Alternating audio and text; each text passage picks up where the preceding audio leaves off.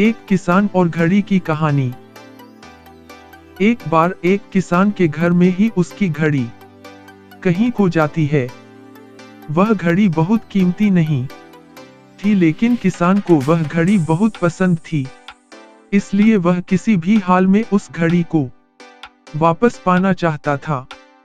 किसान ने घड़ी को खोजने का बहुत प्रयास किया। हर एक कमरे में गया और आंगन में जहां भी खोजा जा सकता था उसने उस घड़ी को खोजने का पूरा प्रयास किया, लेकिन इतनी सारी कोशिश के बावजूद भी उसे घड़ी नहीं।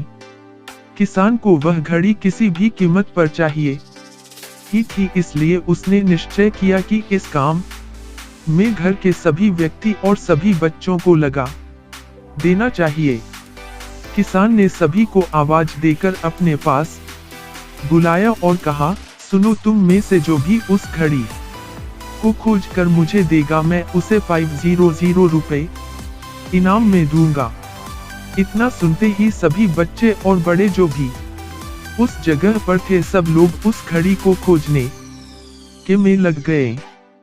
कई घंटे बीत जाने के बाद भी वह घड़ी उन्हें नहीं मिली। सबका चेहरा उतर गया और किसान का भी चेहरा उतर गया। सभी सोच रहे थे कि अब तो घड़ी नहीं मिलेगी। किसान ने अपना मुंह लटका लिया था, क्योंकि उसे पूरा भरोसा हो गया था कि अब घड़ी उसे नहीं मिलेगी। इतना सब होने के बाद घर का एक सबसे छोटा बच्चा जो था वह किसान के पास आया और उससे बोला, काका, मुझे एक मौका और दीजिए। इस बार मुझे किसी के साथ नहीं बल्कि अकेले उस घड़ी को ढूंढना है। इस बार मैं अकेले उस घड़ी को ढूंढना चाहता हूँ। कृपया करके मुझे एक मौका दीजिए। किसान बोला, ठीक है बालक, तुम जाओ घर में, तुम अकेले प्रयास करोगे। किसान ने बाकी लोगों को मना कर दिया। वह लड़का एक एक करके घर के हर कमरों में गया और जब वह किसान के घर से बाहर निकला तो उसके हाथ में किसान की घड़ी थी। किसान घड़ी को देखकर बहुत प्रसन्न हो गया।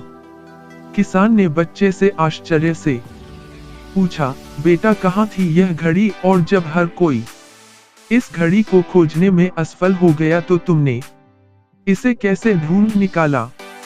छोटा बच्चा बोला, काका, मैंने तो कुछ नहीं किया, मैं बस कमरे में गया और चुपचाप जाकर बैठ गया और घड़ी की आवाज पर ध्यान केंद्रित करने लगा।